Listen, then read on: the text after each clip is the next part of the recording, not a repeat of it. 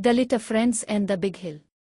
Once upon a time, in a bright green forest, there lived three best friends, Ria the Rabbit, Timo the Turtle, and Bela the Bird. They loved playing together every day. One sunny morning, the friends found a big, round ball stuck at the top of a steep hill. "We should bring it down," said Ria, hopping with excitement.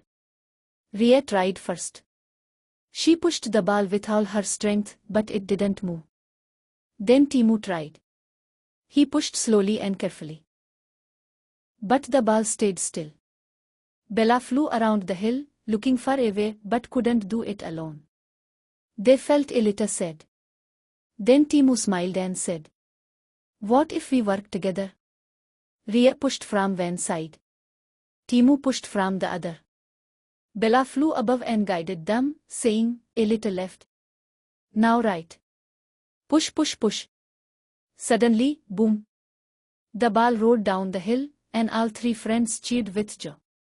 They laughed, danced, and played with the ball until sunset.